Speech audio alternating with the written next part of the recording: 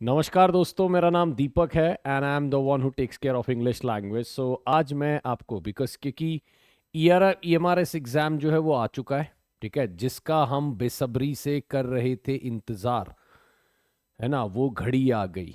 तो अब मेरे हिसाब से जो लोग बार बार ये पूछ रहे थे कि ईएमआरएस का एग्ज़ाम कब होगा, तो ऑब्वियस बात है, अब तो खैर ये पूरा मार्केट में पता है सबको कि ईएमआरएस का एग्ज़ाम जो है वो आ चुका है। और अब जो मैं आपके साथ शेयर करने वाला हूँ कि आप अगले 1 महीना या जो भी 20 दिन पड़े हैं, ठीक है ना, उसमें आप अपनी तैयारी कैसे करें, ठीक है। और वैसे तो देखिए, मेरा तो मानना ये है कि तैयारी कभी ख़त्म हो ही नहीं सकती, है ना। और हम लोगों को इतना टाइम मिला है ये हमारे की तरफ से कि हमारी तैयारी ऑलरेडी बहुत अच्छी होगी। यानी अब लास्ट मंथ में जो हमें है, वो कोई स्पेशल प्लान्स या स्पेशल चीज़ें ना करते हुए, जैसी हम रेगुलर तैयारी करते आ रहे थे उसी में बस ऐड ऑन करते हुए चलना है। तो मैं आपके साथ पहले थोड़ी सी बेसिक बातें शेयर कर लूंगा। देखिए, हमारे पास जो पोस्ट थी, मैं थोड़ा सा देख लेता हूं। हमारे पास जो पोस्ट थी, अगर मैं बात करूं तो टोटल ये निकली थी 10,391 पोस्ट थी, है ना।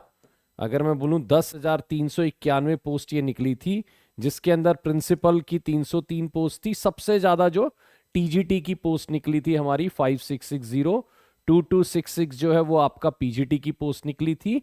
बाकी वार्डन की जो है वो पोस्ट निकली हुई थी दोस्तों, अकाउंटेंट की, जेएस क्लर्क, लैब असिस्टेंट की, ये आपकी जो पोस्ट थी वो निकली थी लगभग लगभग 10,391, है ना। सेंट्रल गवर्नमेंट का है और बहुत प्रॉमिसिंग जॉब है गाइस, एनवीएस की तरह। या अगर मैं बात करूं तो थोड़ा बहुत ये देखिए, मेरे हिसाब से तो देखिए पूरे का पूरा पैटर्न जो है वो एनवीएस केवीएस का रहता है। जॉब नेचर भी कुछ हद तक उसी तरह ये आपको नजर आता है।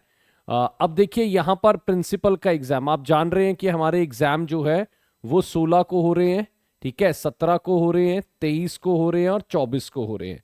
वो सब आपके पास डिटेल आ चुकी होगी और एक हफ्ता पहले एडमिट कार्ड मेरे हिसाब से आपके पास अवेलेबल हो जाना चाहिए। तो ये डेट आप बिल्कुल देख लीजिएगा कि कौन कौन से एग्जाम कौन सी डेट को ये होने वाले हैं। 16 से लेकर 24 तक की ये डेट जो है वो आपको आ चुकी है, राइट।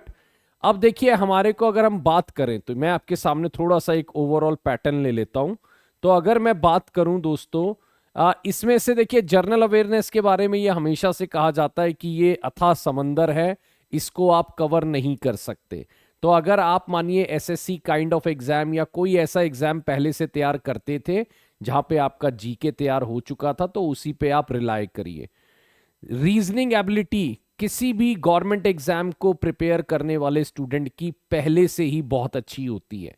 तो रीजनिंग एक हमेशा, कोई भी व्यक्ति अगर गवर्नमेंट एग्जाम की तैयारी कर रहा है, चाहे वो DSSS है जिसमें 20 नंबर की रीजनिंग आती है, या कोई भी और एग्जाम है, ठीक है, तो मुझे लगता है रीजनिंग एबिलिटी पे आपका पहले से ही एक अच्छा कमांड होना चाहिए। और मैं हमेशा से, जब मैं DSSS के लिए लोगों को एडवाइस करता हूं, तो मैं हमेशा से बोलता हूं DSSS में 20 में से 17 या 18 नंबर रीजनिंग में आने चाहिए, राइट। क्योंकि बहुत ही यार मेरे को लगता है कि ऐसा कोई कुछ कॉम्प्लिकेटेड इसमें नहीं रहता। और अगर आप एक अच्छे लेवल की तैयारी करते हैं तो मुझे लगता है इसको कवर किया जा सकता है। आईसीटी की नॉलेज को आप पहले से कवर करते आ रहे होंगे और मुझे लगता है कि इसमें भी बहुत कोई एक मैमथ टास्क नहीं है। टीचिंग एप्टीट्यूड, टीचिंग वालों का ऑलरेडी एक अच्छा खासा होता है, 10 नंबर वहां से आएगा। सारा गेम जो है वो चलता है अब डोमेन में। डोमेन नॉलेज जो है वो आपका सुपर से भी ऊपर होना चाहिए। और आप जितना भी टाइम आपको देना है, मुझे लगता है आप अगर डोमेन में देंगे तो मुझे लगता है कहीं ना कहीं जो है, डोमेन में जब आप देंगे तो मुझे लगता है कहीं ना कहीं वो आपके लिए सबसे बेहतरीन होगा। तो मेरी रिक्वेस्ट ये है कि अभी आप सबसे ज्यादा टाइम जो है वो कहाँ स्पेंड करें, डोमेन में। और मुझे जहां तक लगता है कि आपने ऊपर वाले चार, देखिए इसका तो बहुत बड़ा रोल अब रह ही नहीं जाता। जनरल अवेयरनेस को तो जो आप करंट में जानते हैं उसको देख लीजिए। रीजनिंग एबिलिटी मुझे लगता है आप 2 दिन से ज्यादा नहीं देने चाहिए आपको, 1 या 2 दिन, ठीक है। और वही एक दो दिन करके आप आईसीटी और टीचिंग एप्टीट्यूड को देकर कवर कर सकते हैं, ठीक है। हाँ जी, आईसीटी और कंप्यूटर उसको देखकर आप कवर कर सकते हैं, ये ध्यान रखिएगा। तो अगर मैं बाकी बात करूं दोस्तों, थोड़ा सा आपका है ना, बाकी चीजों को आपको कवर कर, देखिए एनईपी के ऊपर बात हो रही है। एनईपी जो है वो मुझे लगता है वो आप कवर कर सकते हैं, ठीक है, ये ध्यान रखिएगा। चलिए, हाँ जी। अगर मैं बात करूं 80 10 90 10, हाँ जी 130। 20 नंबर जो है आपका वो लैंग्वेज कॉम्पिटेंसीज आ रहा है। 20 नंबर जो है वो आपका लैंग्वेज कॉम्पिटेंसी है, जो मुझे लगता है कि जिसमें आप मेरे साथ भी तैयारी कर ही रहे होंगे। ठीक है, 10:30 बजे मैं इसका तैयारी कराता हूँ। देखिए इसमें आपको 4 नंबर लाने हैं मेरे ख्याल से। ठीक है, तो आपको इंग्लिश में 4 नंबर लाने हैं, हिंदी में 4 नंबर लाने हैं, और मेरे हिसाब से ये तो वैसे भी कवर किया जा चुका होगा और हम इसको अब ऑलमोस्ट देख चुके होंगे। तो ओवरऑल जो है, देखिए ओवरऑल नंबर जो खींचेंगे आपके, मुझे लगता है अगर आप इसमें थोड़ा सा, मुझे लगता है 1 या 2 दिन ठीक से बैठ के, 7 8 घंटे बैठ के, 10 घंटे बैठ के दे देंगे तो इसमें से खींच के चला आएगा। टीचिंग एप्टीट्यूड में भी मुझे लगता है 1 या 2 दिन आपको गुजार सकते हैं। ये वाला आप इसको एक रेगुलर प्रैक्टिस में एमसीक्यूज कर सकते हैं और सब है ना। टीचिंग अगर मैं बोलूँ तो इंग्लिश के एमसीक्यूज और हिंदी के एमसीक्यूज कर सकते हैं वहीं से।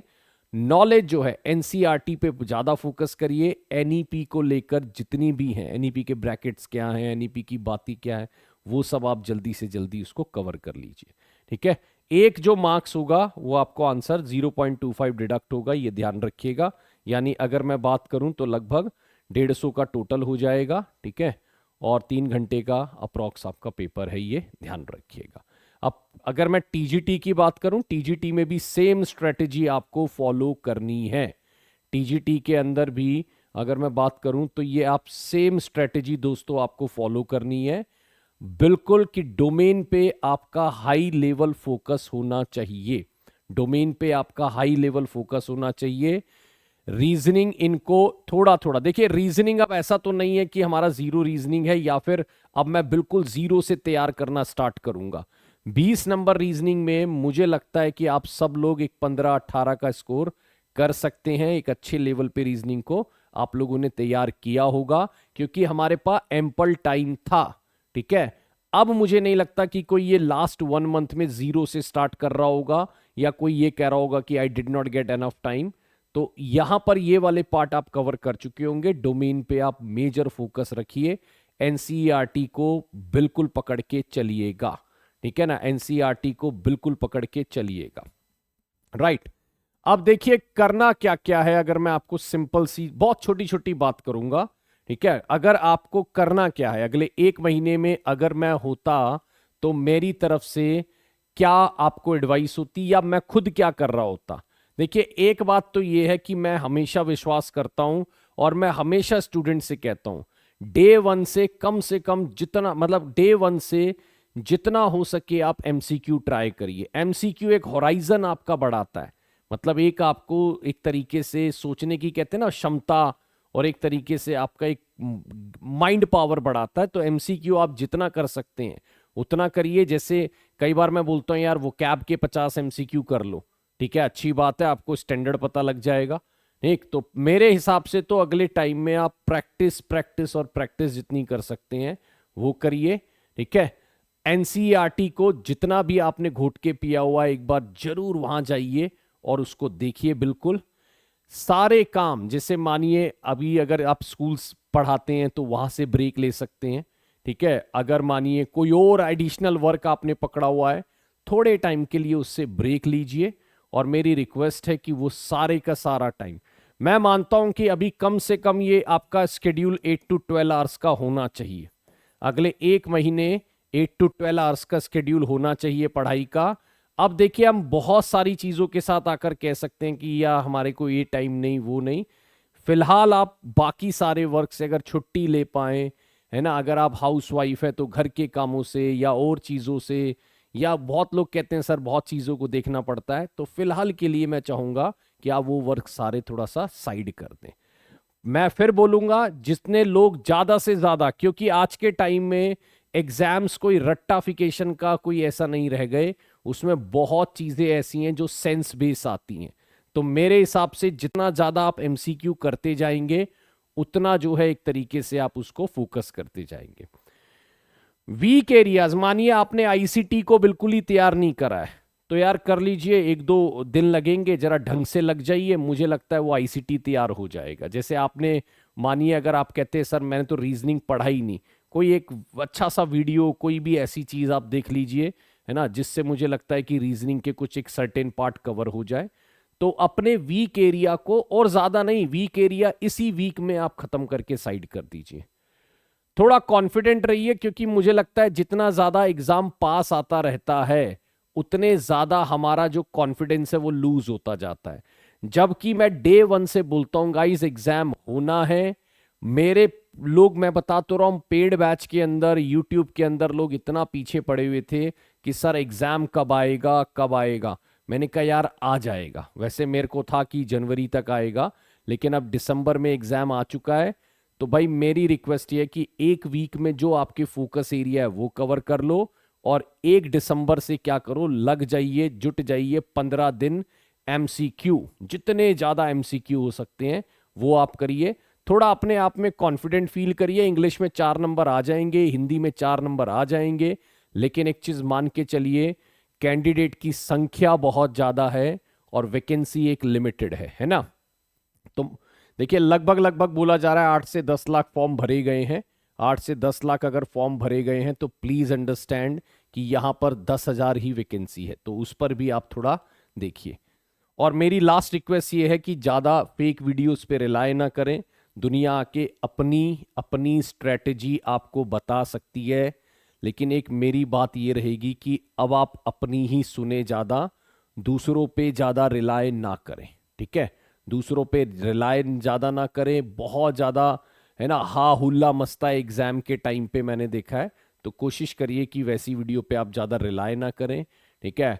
अपनी स्ट्रेंथ को पहचानिए, देखिए कहाँ कहाँ से मैक्सिमम नंबर आपके निकल के आ सकते हैं। तो मेरी रिक्वेस्ट है उस पर ही फोकस करिए। आपसे बेहतर आपको कोई नहीं जानता। अगर मैं आज आपको कह रहा हूं रीजनिंग पढ़ो, तो अपनी स्ट्रेंथ जरूर चेक करिएगा, उसके बाद रीजनिंग देखिएगा, और अपनी इवैल्यूएशन के बाद आप किसी की एडवाइस को जरूर फॉलो करें। तो मैं हमेशा से एक बात कहूंगा, है ना, be your self, be confident, और अच्छे से तैयारी करिएगा। मैं भी अवेलेबल हूं 10:30 बजे टीजीटी पीजीटी चैनल पे। आपको इंग्लिश की तैयारी करनी है, वहां से भी जुड़ सकते हैं। यूट्यूब पर मेरा 10:30 बजे वीडियो जो है वो रहता है हमेशा टीजीटी पीजीटी चैनल पे, सुपर कोचिंग के, राइट। चलिए, ये मेरा टेलीग्राम भी है, Deep English by Deepak sir, Deepak Chauhan sir से ढूंढ सकते हैं, वहां पर भी आप मेरे साथ जुड़ सकते हैं, ठीक है। तो मेरी तरफ से आप सब लोगों को अगले 20-25 दिन के लिए बहुत बहुत शुभकामनाएं। लगाइए पूरा जोर, जितनी ताकत है सब झोंक दीजिए, और इस जॉब को निकालने की कोशिश करिए, ठीक है। चलिए, thank you so much, bye bye everyone, my name is Deepak, bye bye guys.